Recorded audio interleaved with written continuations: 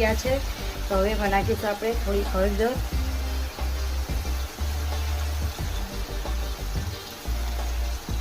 ધાણા જીરું, ગરમ મસાલો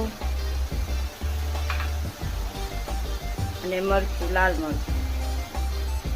હવે આપણે આને મિક્સ કરી દઈશું.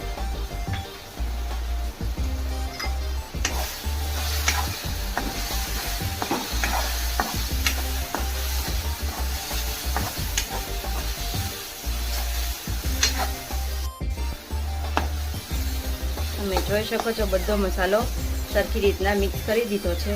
આમાં હું સેજ અમથું પાણી નાખીશ. એનું કારણ એ છે કે નીચે મસાલો ચોટી ના જાય.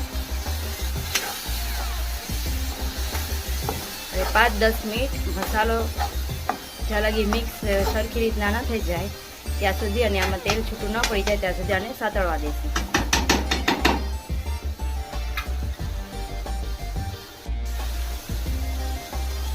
તમે જોઈ શકો છો તેલ છૂટું પડી ગયું છે.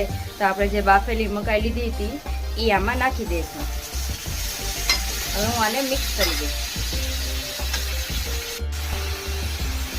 સરખી રીતના મિક્સ કરી દીધી છે. તો હવે એમાં નાખીશું થોડુંક પાણી.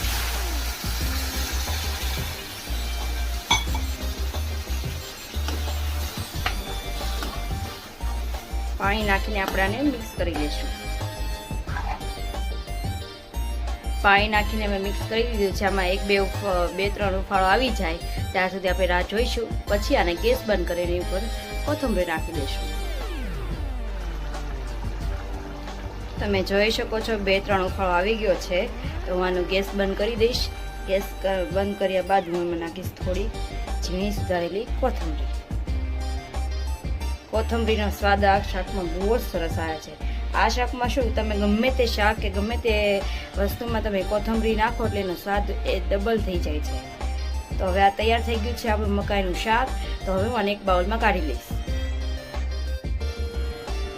મેં આ બાઉલમાં શાક કાઢી લીધું છે. તો તમે જોઈ શકો છો આપણું તૈયાર છે મકાઈનું શાક. હું હજી આમાં થોડી કોથમરી ઉપરથી ગાર્નિશિંગ કરવા મૂકીશ, જેનાથી એનો સ્વાદ સારો આવે છે અને તે દેખાવમાં પણ ખૂબ જ સારી લાગે છે.